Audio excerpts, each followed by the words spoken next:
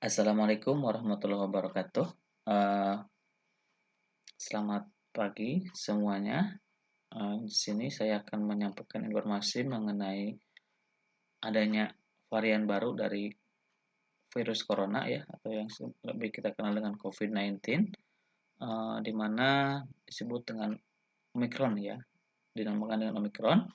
Yang perlu kita ketahui apakah virus ini lebih berbahaya daripada varian-varian sebelumnya. Sebagaimana kita ketahui sebelumnya juga sudah ada beberapa varian dari COVID-19 ini seperti varian Alpha, Beta, Delta juga ada ya. Oke, mari kita cek informasinya. Omicron merupakan virus corona varian baru ya, di mana ini pertama kali teridentifikasi atau terdeteksi ya di Afrika Selatan pada tanggal 9 November 2021. Kemudian selanjutnya WHO telah menetapkan atau memasukkan Omicron dalam daftar variant of concern, artinya varian ini dimasukkan atau dikategorikan sebagai ke dalam kelompok atau jenis yang perlu mendapat perhatian serius atau perlu mendapat perhatian khusus ya mengenai kemungkinan bahayanya, penyebarannya dan sebagainya. Jadi saat ini varian ini masih banyak diteliti dan dikaji oleh para ahli.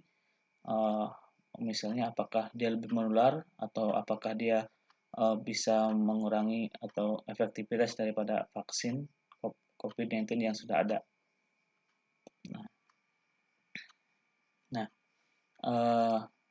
sebenarnya apa sih yang terjadi dengan varian baru ini? Jadi di sini ada ini COVID-19 varian B11529.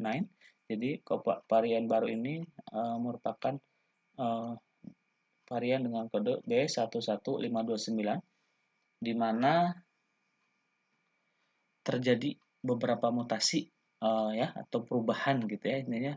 Seperti yang pertama di sini seperti kita tahu bahwa virus corona ini mempunyai protein yang disebut dengan spike ya, ini spike-nya. Nah, virus yang varian baru ini mengalami mutasi lebih dari sekitar 30 ya, di sini disebut sekitar 32 mutasi pada spike proteinnya. Jadi terdapat perubahan-perubahan atau mutasi sebanyak sekitar 30 mutasi ya pada struktur proteinnya. Termasuk di dalamnya ada mutasi pada RBD ya, reseptor binding domain, yang merupakan salah satu bagian yang yang berperan untuk terjadinya ikatan atau penempelan ketika si virus ini akan memasuki sel inang atau sel yang akan diinfeksinya ya. Jadi di sini spike yang varian ini telah mengalami mutasi utama pada bagian spike proteinnya. Dan ada juga informasi yang saya peroleh bahwa jumlahnya ini hampir 2 kali lipat dari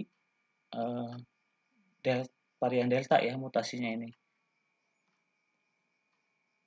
Nah, kemudian dari info yang saya peroleh dari situs WHO ini yang dipublish pada tanggal 28 November 2021 berkaitan dengan Omicron ini, untuk Omicron ini dari sisi penularan belum jelas apakah Omicron lebih mudah menular, bisa lebih mudah menyebar dari orang ke orang dibandingkan dengan varian lain termasuk Delta. Nah, ini masih dalam penelitian ya.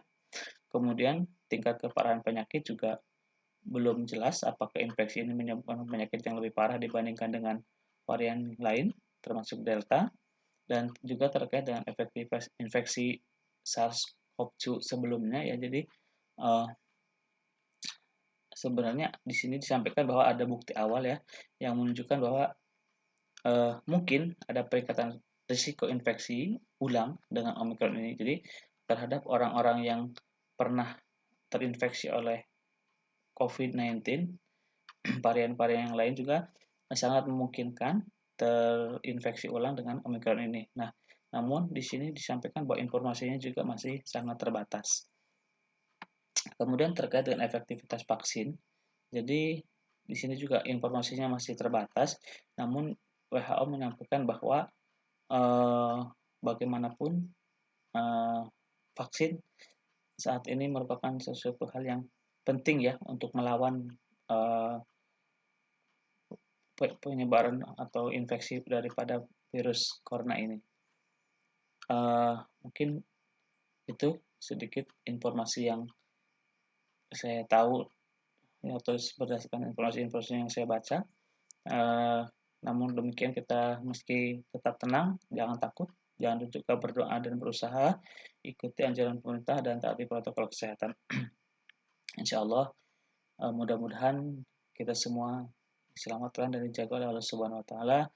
Demikian, wassalamualaikum warahmatullahi wabarakatuh.